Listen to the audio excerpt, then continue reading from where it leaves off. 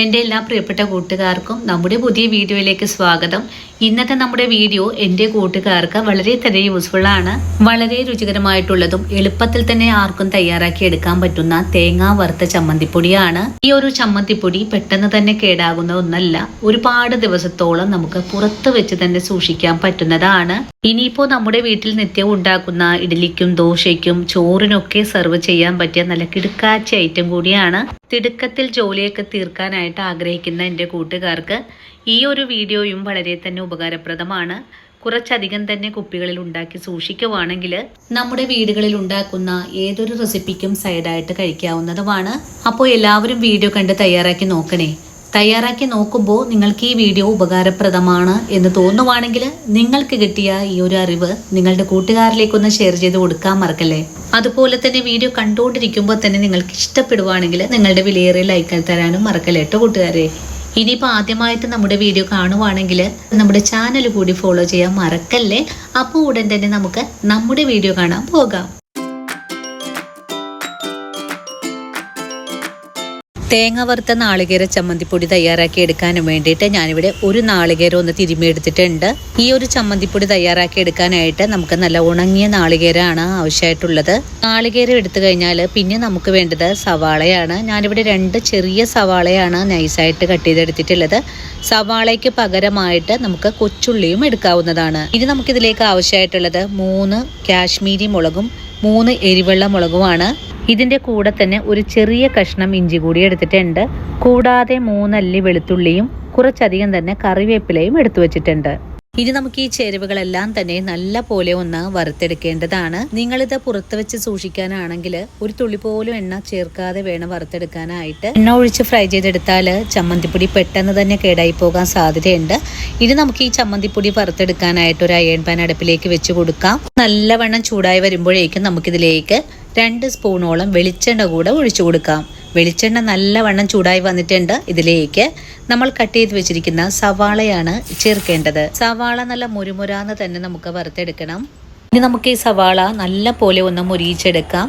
സവാളയ്ക്ക് പകരമായിട്ട് കൊച്ചുള്ളി ചേർക്കുവാണെങ്കിൽ നല്ല ടേസ്റ്റ് ആണ് കേട്ടോ ചമ്മന്തിക്ക് കിട്ടുക.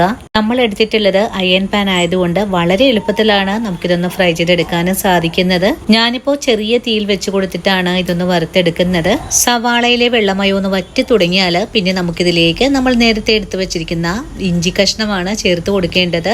ഇഞ്ചി വളരെ എളുപ്പത്തിൽ മുരിഞ്ഞ് കിട്ടുന്നതിനായിട്ട് വളരെ നൈസായിട്ട് വേണം നമുക്കിതിലേക്കൊന്ന് കട്ട് ചെയ്ത് ഇട്ട് കൊടുക്കാനായിട്ടും. ഇഞ്ചി ചേർത്ത് കഴിഞ്ഞാൽ വീണ്ടും ഒന്നുകൂടെ വഴറ്റിയതിന് ശേഷം നമുക്കിതിലേക്ക് നമ്മൾ നേരത്തെ എടുത്തു വെച്ചിട്ടുള്ള 3 അല്ലി വെളുത്തുള്ളിയാണ് ചേർക്കേണ്ടത്. നമ്മളിന്ന് ചെയ്തിരിക്കുന്ന തേങ്ങാപ്പൊടി 1 തേങ്ങയുടെ അളവാണ് ഞാൻ നിങ്ങൾക്ക് വേണ്ടിയിട്ടൊന്ന് കാണിച്ചു തരുന്നത്.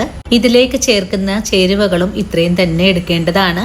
ഇനിയിപ്പോൾ കൊച്ചുള്ളിയാണ് നിങ്ങൾ എടുക്കുന്നതെങ്കിൽ ഒരു 50 ഗ്രാം അളവിലെങ്കിലും ചേർക്കേണ്ടതാണ്. 20 അല്ലി കൊച്ചുള്ളിയാണ് ചേർക്കേണ്ടത്. ഇനിയിപ്പോൾ ഇതെല്ലാം കൂട്ടിച്ചേർത്ത് ഒന്നുകൂടി ഇളക്കി യോജിപ്പിച്ചതിന് ശേഷം നമുക്കിതിലേക്ക് വറ്റൽമുളക് ചേർക്കാം. വറ്റൽമുളക് ചേർക്കുമ്പോൾ നിങ്ങൾക്ക് എരിവിന് ആവശ്യമുള്ളതാണ് ചേർക്കേണ്ടത്. ഞാനിപ്പോൾ അത്യാവശ്യം എരിവ് കിട്ടുന്ന രീതിയിലാണ് ചേർത്തിട്ടുള്ളത്. വറ്റൽമുളകും ചേർത്ത് ഒന്ന് ഇളക്കിയതിന് ശേഷം നമുക്കിതിലേക്ക് കറിവേപ്പില കൂടെ ചേർത്ത് വീണ്ടും നല്ലപോലെ ഇളക്കി ഒന്ന് യോജിപ്പിച്ചെടുക്കാം. കറിവേപ്പില കുറച്ചൊക്കെ കൂടി ചേർത്ത് തയ്യാറാക്കാനാണ് നിങ്ങൾക്ക് താല്പര്യമെങ്കിൽ അങ്ങനെയും ചെയ്തെടുക്കാവുന്നതാണ്. കൂടെ തന്നെ നമുക്കിതിലേക്ക് പിഴിപ്പുളി ഇതിലേക്ക് പൊടിച്ച് ചേർത്തിട്ടുള്ളത് ഒന്ന് ഫ്രൈ ആയി എളുപ്പത്തിൽ കിട്ടുന്നതിന് വേണ്ടിയിട്ടാണ്. പിഴിപ്പുളിയും കൂടി ചേർത്ത് ഒന്നുകൂടി ഇളക്കി യോജിപ്പിച്ച് കഴിഞ്ഞാൽ പിന്നെ നമുക്കിതിലേക്ക് വേണ്ടത് ഇതിനാവശ്യമായ ഉപ്പാണ്. ഉപ്പും കൂടി ചേർത്തിട്ട് വീണ്ടും നല്ലപോലെ തന്നെ ഒന്ന് ഫ്രൈ ചെയ്തെടുക്കാം. ഈ ഒരു സമയത്ത് വഴറ്റുന്ന സവാള നല്ലവണ്ണം ഒന്ന് മുരിഞ്ഞു തുടങ്ങിയിട്ടുണ്ട്. ഇതേ പാകമായാൽ നമുക്കിതിലേക്ക് നാളികേരം കൂടെ ചേർത്ത് കൊടുക്കാം.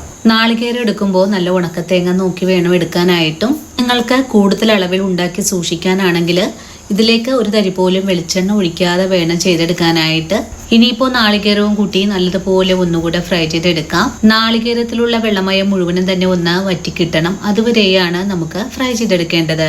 ഒരു 3 മിനിറ്റ് കൊണ്ട് തന്നെ നമ്മുടെ നാളികേരം ഇതേ ഒരു പാകത്തിലേക്ക് ആയി വന്നിട്ടുണ്ട്. ഈ ഒരു പാകമായി കഴിഞ്ഞാൽ നമുക്ക് ഫ്ലെയിം അങ്ങ് ഓഫ് ചെയ്ത് കൊടുക്കാം. നമ്മൾ ഇന്ന് എടുത്തിട്ടുള്ളത് അയൺ പാൻ ആയതുകൊണ്ട് പാനിന്റെ ചൂട് കൊണ്ട് തന്നെ ഒന്നുകൂടെ മുരിഞ്ഞു കിട്ടുന്നതാണ്. അതുപോലെ ഫ്രൈ ചെയ്തെടുത്ത നാളികേരം പാനിൽ തന്നെ വെച്ച് കൊടുക്കുവാണെങ്കിൽ ഈ ഒരു രീതിയിൽ ഇളക്കി കൊടുത്ത് നമ്മുടെ പാനിന്റെ ചൂടൊന്ന് മാറ്റിയെടുക്കേണ്ടതാണ്. അല്ലെങ്കിൽ നമുക്ക് മറ്റൊരു പാത്രത്തിലേക്ക് മാറ്റിയാലും കുഴപ്പമൊന്നുമില്ല. വളരെ എളുപ്പത്തിൽ നമ്മുടെ നാളികേരത്തിന്റെ ചൂടാറി വന്നിട്ടുണ്ട്. ഒരു മിക്സിയുടെ ജാറിലേക്ക് മാറ്റിയിട്ട് നല്ല പോലെ ഒന്ന് പൊടിച്ചുകൂടി എടുത്തിട്ടുണ്ട്. നമുക്കിപ്പോൾ ഇതേ രീതിയിലാണ് പൊടിച്ചെടുക്കാൻ സാധിച്ചിട്ടുള്ളത്. ഇതുപോലെ പൊടിച്ചെടുത്ത സമയത്ത് നമുക്കിതിൻ്റെ ഉപ്പും പുളിയൊക്കെ ഒന്ന് നോക്കാവുന്നതാണ്. ഉപ്പോ പുളിയോ കുറച്ചുകൂടെ വേണമെങ്കിൽ കുറച്ചുകൂടെ ചേർത്തിട്ട് വേണം ഒന്നുകൂടെ പൊടിച്ചെടുക്കാനായിട്ട്. അതുപോലെ തന്നെ വറുത്തെടുത്ത തേങ്ങാക്കൂട്ട് നിങ്ങൾ തയ്യാറാക്കി വെക്കുമ്പോൾ ഇതിൽ അല്പം തരിതരിപ്പ് കിട്ടുന്നതിനായിട്ട് നിങ്ങൾ ഇത് പൊടിച്ചെടുക്കുന്ന സമയത്ത് കുറച്ച് പൊട്ടുകടല കൂടി ചേർത്ത് പൊടിച്ചെടുത്ത് കഴിഞ്ഞാൽ കുറച്ചുകൂടി തരിതരിപ്പായിട്ട് തന്നെ നമുക്ക് ചമ്മന്തിപ്പൊടി കഴിക്കാവുന്നതുമാണ്. അപ്പോൾ ഇന്നത്തെ നമ്മുടെ വീഡിയോ ഇത്രയുള്ളൂട്ട് കൂട്ടുകാരെ. ഈ ഒരു ചമ്മന്തിപ്പൊടിയുടെ ചൂടാറിയതിന് ശേഷം നമുക്കൊരു ചില്ല് കുപ്പികളിലേക്ക് മാറ്റി അടച്ചുമൂടി സൂക്ഷിക്കാവുന്നതാണ്. ഇനിയിപ്പോൾ പൊടിച്ചെടുത്ത ചമ്മന്തിപ്പൊടി ഒരു സെർവിങ് പ്ലേറ്റിലേക്ക് കൂടെ മാറ്റുന്നുണ്ട്. അപ്പോൾ ഈ ഒരു ചമ്മന്തിപ്പൊടി നിങ്ങൾക്ക് ഒരുപാട് കാലത്തേക്ക് പുറത്ത് വെച്ച് തന്നെ സൂക്ഷിക്കാൻ പറ്റുന്നതാണ്. നമ്മുടെ വീടുകളിൽ ഉണ്ടാക്കുന്ന ഇഡ്ഡലി, ദോശ, അപ്പം എന്തിൻ്റെ കൂടെയും സെർവ് ചെയ്യാൻ പറ്റുന്ന വളരെ സിമ്പിളായിട്ടും രുചികരമായിട്ടും തയ്യാറാക്കി കഴിക്കാൻ പറ്റിയ നല്ലൊരു മുളക് വറുത്ത തേങ്ങാ ചമ്മന്തിപ്പൊടിയാണ്. എല്ലാവരും വീടുകളിൽ തയ്യാറാക്കി നോക്കണേ. തയ്യാറാക്കി നോക്കുമ്പോൾ നിങ്ങൾക്ക് ഈ റെസിപ്പിയുടെ സ്വാദ് ഇഷ്ടപ്പെടുവാണെങ്കിൽ തീർച്ചയായിട്ടും നമ്മുടെ ചാനൽ ഒന്ന് ഫോളോ ചെയ്യുന്ന കാര്യം മറക്കരുത് കേട്ടോ.